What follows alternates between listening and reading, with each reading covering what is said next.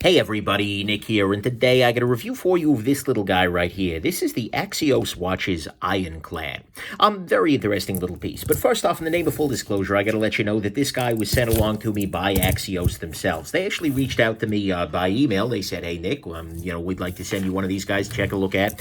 And I told them, as always, I'm going to send them my standard disclaimer on my website. I'm going to talk to you about, I'm going to talk about the good, the great, the bad, the ugly. I might say it's gem. I might say it's a junk. It's a gem. I might say it's junk. There you go. But, nevertheless, they still sent it along. We have to assume, though, that this is the very best quality controlled one of these guys ever. And also that I'm doing my best not to let this affect the quality of my review. But nevertheless, that's how this happened, and I want to be upfront about that. Next thing, size comparison. This is actually a very interesting size in that it's actually not all that huge. Where is my, here we go. Beautiful. Right here we can see that without the crown included, we are looking at 39.9. Throw the crown in there, we're at 42. So that's nice. We can see the lug distance on this guy is actually relatively small. We're coming in here around 45 millimeters, maybe 46. Overall lug to lug, depending on how you want to measure. The bracelet itself is coming in around 20 millimeters here. And just overall, and thickness is, thickness is a thing. Thickness, we are coming in here someplace in the 14 millimeter zone for your overall thickness there. So that's the size of this guy, and actually we can compare it against the Omega Seamaster Professional right here. Very, very different watches, but nevertheless, those are, they're both divers at least. Next thing, what the heck's an Axios? So Axios is a brand new brand. Apparently Axios means I am worthy, which, okay, sure. And it is a brand where it is a collaboration between a new person who I've been talking to, the Zelos Watches, or at least somebody from Zelos is involved, and a couple of other folks. They are based out of, I want to say, Singapore? Either way, they're based out of the Far East, so to speak. And this is a pre-production version of a watch that is going to launch on Kickstarter. I'm assuming that because they actually have, working watches ready to go, that it probably is actually going to launch on Kickstarter, but that's the case. I'm filming this guy before the Kickstarter campaign goes live, so keep in mind that there might actually be changes relative to the final production version. I can't vouch for that, or frankly, a whole lot of anything else. All I can do is talk about the watch that's on my table, sent to me by the maker. So there you go. Let's go on ahead and jump into the good, the great, the bad, and the ugly of this very interesting little watch right here. So on the good side, to start with, this has a very nice size, particularly in this dimension and this dimension here. I mean, we're coming in here at proportions that are pretty reasonable.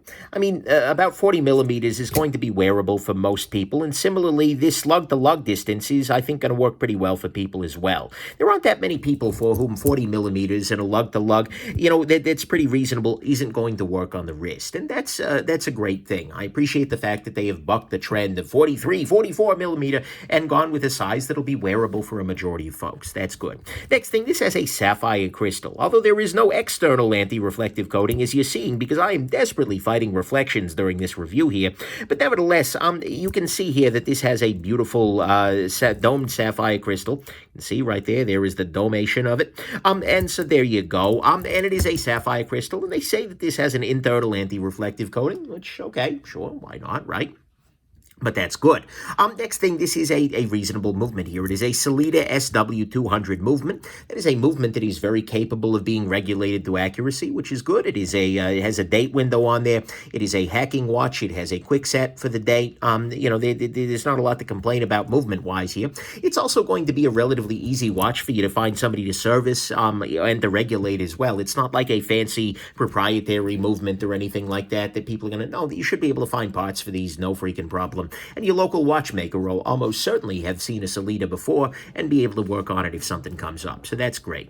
Next thing, the bracelet on this guy is pretty nice in a couple of ways. I mean, to start with, it's just overall well finished. I mean, it's not the be-all and end-all of bracelets, but it's not pinchy. It's not, not steel and hairs, etc. So that's good. It does have screw-down links, although it doesn't look like it initially. You can see each one of those are tiny little flathead heads. And so you can get in there with an eyeglass screwdriver and then just unscrew those guys. And that actually makes a big difference. Not only is it possible then to, exchange the screws without any kind of fancy tool, and allow you to, not exchange the screws, exchange links, that is. But it also makes it very easy to try the watch on. Like as you're resizing, you don't have to screw in every link necessarily. You can just kind of push the link back in there and not fully screw it in and then try it on. And it works great. I mean, it's a very nice situation. Changing the links out was very easy. I had to take 4 of them out. I like seeing that very, very much. And actually the clasp on it is pretty good too. You can see here they've put their logo into it. It has a safety little clippy guy. I'm sure there's a term for that, but I don't have it. Fold over clasp, I think. And it also has buttons on the side there. You can take that out. It has a whole bunch of rooms for a quick adjust, but it is a tool-full quick adjust, meaning that you need to use some kind of a tool, like a spring bar tool, to pop those guys out and re-change the size there. But you've got a bunch of those things going on there. Overall, I'm pretty happy with the bracelet. I'd love to see a half link, but that's not a big deal given the amount of adjustment range they've got there. I can live with that. So that's good. Nice bracelet. Next thing, they've got a bunch of color variants. And the information isn't fully, available on this guy yet. But this is one of them, sort of a blue variant, but they also have other variants in black. They've got one with a kind of a gilt-looking dial that's pretty, handsome. They've got a bunch of those sorts of approaches, so chances are when the time comes to actually, launch the damn thing, you should be able to find one that looks pretty good to you. So that's good. Next thing, this is not a direct homage. What I mean by that is that there are many watches out there in the world that really feel super, super derivative because they've taken very specific pieces of design language. For instance, it doesn't have the Mercedes hands that you so often see on Rolex Submariner homages, which, if you take a look at this, it's pretty clear that, the designer of this has seen a Submariner before. There were a lot of elements of it that feel very Submarinish, right? But there are also elements that are present like the Seamaster, and so, it's not necessarily the case that every the sub is a Blancpain 50 fathoms, whatever. But it's not doing that. It doesn't do the Cyclops thing, which I frankly like generally. The date's down here. And it's using kind of an interesting, unique handset here, and it's, you're not doing like a wave dial. Honestly, it feels like they're kind of doing their own thing here. I mean, sure, at some level you look at it and you're like, oh yeah, there's a little bit of sub in there, but you know what? Whatever. There's a little bit of sub in pretty much every dive watch. I appreciate that they went a little bit more unique. Next thing, this has serious water resistance. For some reason, in this Kickstarter micro brand watch, they went for 500 meters of water resistance, which is actually deeper than humans go. So, yeah, that's a thing. And, it's a saturation diving sort of depth. I mean, okay, sure. But that does mean that you don't have to worry about water. And indeed, I've done my best to get this guy as wet as I could, and there were no problems. So, okay, at the very least, I can vouch for like half a meter of the resistance. That's good, right? And then finally, overall, I got to say, the quality of this guy is well done. It's made from nice parts. You can see here that this clasp here is actually, it appears to be milled out rather than bent. I mean, they've done some nice polishings on the sides here. Overall, I mean, it feels like it's relatively well made. There's really not that much to it that is, ugly or problematic. I can't look at any of this part and just be like, wow, that's terrible. I mean, the dive bezel, a little stiff to turn, but it works well. It's not like, I mean, overall, I gotta say, it's a pretty well-made watch. If this is the way that all of them are going to be made, then that's a great thing. I think a lot of people are really going to enjoy the piece here. Return that to 0 for all the OCD folks in the crowd. So, to me, at least, all of that is the good, is that it's overall pretty well built. It's got solid water resistance. It's not a direct homage. You get a couple of different color variants here. It's a nice bracelet, nice movement. Should be pretty easily regulated, etc. It has a sapphire crystal, and the size, at least on these dimensions, is pretty good. On the great side, to me, is something you've probably already been noticing, and that is the lume. Holy crap, is this watch loomed. It has a a super luminova compound just coated. This thing is loomed everywhere. The bezel is loomed, the hour, the indices are loomed. The only area that's not loomed is the date window, and that doesn't make sense because you can't loom that anyways. But nevertheless, this guy has substantial loom, and that loom is powerful. It is loom that is all night long, bazam. This is the kind of loom where you charge it before bed and you see it against the wall. That's the kind of loom we're looking at here. This is seriously, seriously loomed. It is super impressive in the extent and power of its loom, and considering that's one place where a lot of less expensive watches will cut a corner, it's really nice to see that here. And so, to me at least, I just freaking love the loom. It's really, really nicely done there. So that's what's great. On the bad side, to start with, remember, this is a Kickstarter watch. And, Kickstarter is a fine service. A lot of people have used it to great effect. But it is also the case that it is not risk-free. Because if you put your money down there, and I don't have to tell you about the risks of Kickstarter, but the simple fact is that it's not a store, right? And so it's possible that, something could come up that would cause these to be not produced. There'd be a problem. So please don't take this review as a direct endorsement of my, feeling like they're going to be able to fill this. I mean, at some level, it seems to check out. He's working with Zelos, who makes existing watches, so it's not like they're complete, and they have full prototypes here, so I kind of assume it'll go okay, but there is always that question, and so you never want to, on Kickstarter for this or anything else, put down money on a product that you can't afford to lose. There is a very low-level gamble here, and so you want to keep that in mind. Again, please don't take this as a direct endorsement of them as business people or otherwise. I'm just looking at a product on my table here. Next thing, the lume on this guy. This is very much a nitpick, but because this lume is so strong, and I'm not complaining too hard here, but you definitely see the lumen during the daytime. As a result, most of the time, the watch actually ends up looking like the indices are green. This is something that, for instance, companies will use differently colored lume for, as a result, because right now this Omega has serious lume. If you actually shield it from there, it is definitely charged. However, at the same time, it doesn't look green during the daylight. That's a little detail, and frankly, I don't think it really matters, but it definitely ends up feeling more like a watch that is blue and lime colored, rather than a watch that is blue and white. You can definitely get that sense in the evening, but even still, anytime this lume is charged, it's going to be a little limey. Next thing, I'm not digging the case back particularly. Look, what they've done here is they've put a little battleship on there. This is sort of the ironclad, and complete with their little quote, "Now comes the reign of iron." Oh, ho, ho, boy. Anyways, I digress. Do I love that? Not really. It's very deep. It's very, I kind of wish that they had just made this flat and then lays it on the little picture of the battleship or something like that. Save me a little bit of space, a little bit of weight, etc. I don't particularly get that. And honestly, overall, there are a lot of parts of this watch that just feel very thick. Now, mind you, there's a hypocrisy here, because my daily carry watch, one of them that is this Omega here, which is just as thick, if not a little bit thicker.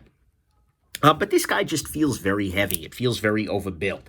I can throw this guy on a scale here, and what we can see is that, configured for my exact wrist here, we are looking at 5.9 ounces, and that's not trivial. That's a pretty serious weight to it. Honestly, the watch itself just feels a little bit overdone in that way, and honestly, I wonder whether their choice to go for 500 meters worth of water resist plays into that. And at some level, I almost don't know that I want a micro-brand watch to go for 500 meters, because A, it doesn't have helium escape valve, which you don't need either. None of us freaking need. I'm sorry, people. But more specifically, if you're going crazy saturation diving, are you really going to carry something from a small, micro brand? Is that going to be the thing you trust?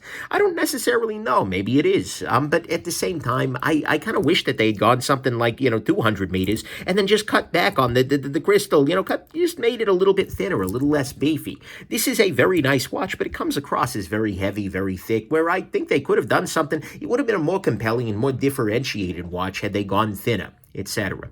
So there's that. Next thing, this doesn't have a toolless quick adjust. Now, mind you, this is not something that, a lot of companies have. A lot of the good companies have figured out that this is a good thing, but you get things like, for instance, right now, to adjust this, I need some kind of a spring bar tool, something along these lines here. Whereas, for instance, on the Omega here, and again, I'm comparing a watch that is almost 10 times the cost, here you can do that without any kind of a tool, just by using your thumb there. That's such a very nice feature because, well, at least for me, my wrist tends to swell and then tends to shrink, and it's very nice to be able to have a watch that will always fit you well with a very quick adjustment, rather than a watch that fits you pretty well maybe half the time and fits you okay the other half. It's just a little thing, but it's a little thing that I think they really need to throw in there, and that would make this guy more compelling relative to some of the competition out there. So that's something you can keep in mind. Next thing on the bad side, the regulation on the watch wasn't good out of the box here. This guy came to me running, and I put it on the time grapher, and we're running, at the best position, it was around 10 seconds a day fast, and at the worst position, it was 15 seconds a day fast. That's not great. Now, look, if this guy is at its launch price of $400, I can pretty much, I guess, live with that. I'd like to see them do better, but I don't expect full-on accuracy guarantees. I don't expect strong human regulation at that kind of a price point. But the thing is, this is at a price point where that's just borderline. 10 or 15 seconds a day fast is just not good. Mind you, you could probably take this to a watchmaker, take it to a local person. They would almost certainly be able to get this guy running a little bit better, getting it running a little bit more accurate. I suspect that's all that needs to go on because it's a good movement in here. But at the same time, I'd like to see that do a little bit better out of the box. Not a huge deal at this price, but it still bugs me. And 10 to 15 seconds a day just isn't a level of accuracy that I find acceptable in a watch. I'm sorry, some people may disagree, especially if you got mechanical watch Stockholm syndrome, but I'd like to see them do better. Then finally, on the bad side here, the price is weird. What I mean by that is that the price, according to their little brochure that they sent me along with the, basically this will start off when it launches, it is a $399 watch, which is a great price. Then the super early bird is $439, then the early bird is $469, then the normal is $499, then after MSRP, after Kickstarter, is $599. Now look. Are you confused yet? I am. Basically, what they're trying to do here is drum up early sales by giving a nice price here. But the thing is, depending on when you buy this watch, you could either get a very nice deal at $399, where I think this is a pretty compelling watch, or you could overpay at $599. Now, I don't know that this is a $500 watch here. Honestly, this is like a $400 to $450. That feels like a pretty good range for that. That's where this is really competitive. That's where you can look at this and go like, yeah, absolutely, okay. And so I kind of wish that they would just pick a price that is fair and ideally toward the lower end of their range there and stick with it, rather than do an early bird, super early bird. I'm not a freaking bird to start with, so just price it fairly once and be done with it. I know that's the Kickstarter game they're playing, but guys, come on. So, to me, at least, all of that is the bad, is that the pricing is a little weird. The regulation on it isn't all that great. There is no toolless quick adjust on the clasp here. It's a little overbuilt. It's a little over thick and heavy. I don't care for the case back all that much. It's fine, but whatever. The lume goes a little green in the daylight, which could be, a little weird for some people, and it is a Kickstarter, so there is a little bit more risk relative to them just opening a store. On the ugly front, this is very subjective, and I'm almost hesitant to even bring it up, but at some level, there's a sense at which this watch feels like it's assembled from parts. I mean, that's a stupid thing to say because every watch is assembled from parts, right? But the thing is, there's not like a strong cohesive design language here. I mean, there are divers where, for instance, all the things tend to flow together, where either they're iconic enough that they've earned all of their variations in there, or where all of the parts sort of fit, where it's just like there is one cohesive design. This guy doesn't really feel that way.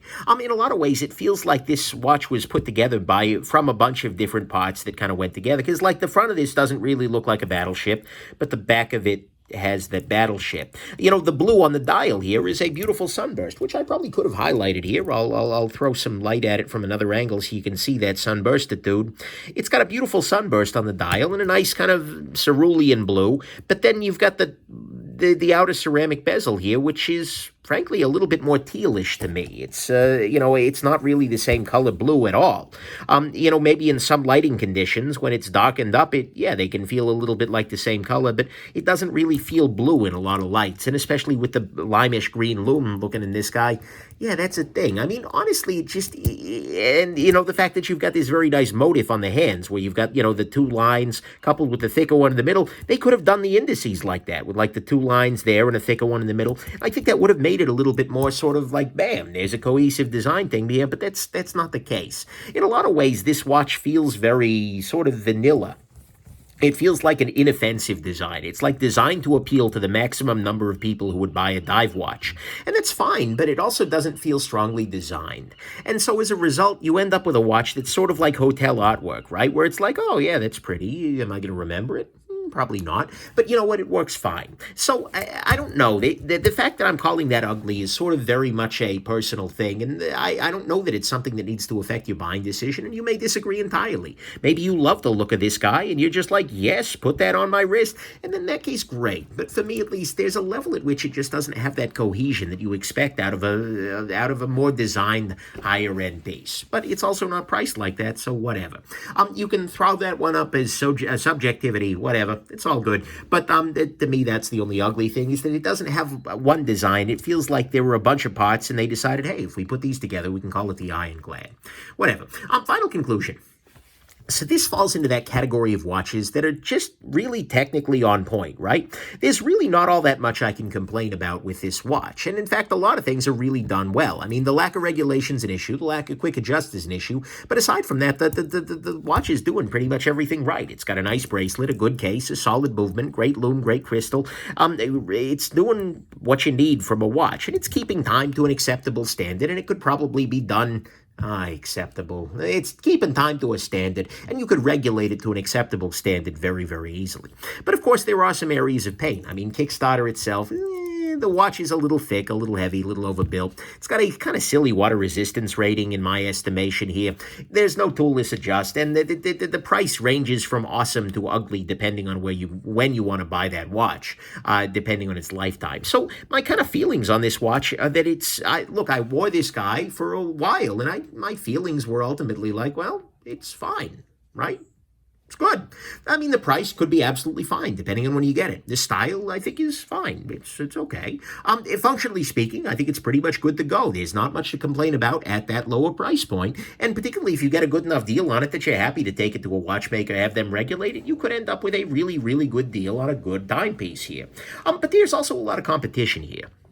You know, in these kinds of price ranges, you've got like the Seiko Samurai, which is a very, very nice dive watch, which is going to be, I mean, there you've got a very strong style to it. You've got a bunch of stuff from Steinhardt, although a lot of that can be more homage pretty quickly. Orient's got all kinds of stuff. And if you're willing to go quartz, which I think you should consider, there are all kinds of great stuff. There's like the Casio Oceanus T200, Citizen Signature Diver, Citizen ProMaster Diver. Oh, there's all kinds of great stuff in the quartz range under this $400 or $500 price range. So you've got a bunch of choices out there as well. This is not the only one in the game, and especially it feels like every day there were 5 new micro brands launching trying to do a diver. Well, you can find a bunch of micro brands doing divers, and they can do beautiful things for you. But the thing is, at the end of the day, it's a fine piece. Every day I wore it was like, yeah, that'll do. That's fine. And so if you love the style, if you like the watch, or if you like any other element of it, or if you can get a good deal on it, then absolutely, I think this will serve you well. It'll be a good daily tool, and at the end of the day, maybe that's what it's supposed to do. An ironclad sort of tool for your everyday life. So anyways, there you go. I hope this has been interesting to you, that you found this review axiomatic, and that you have yourselves just an absolutely wonderful rest of your day. Bye now.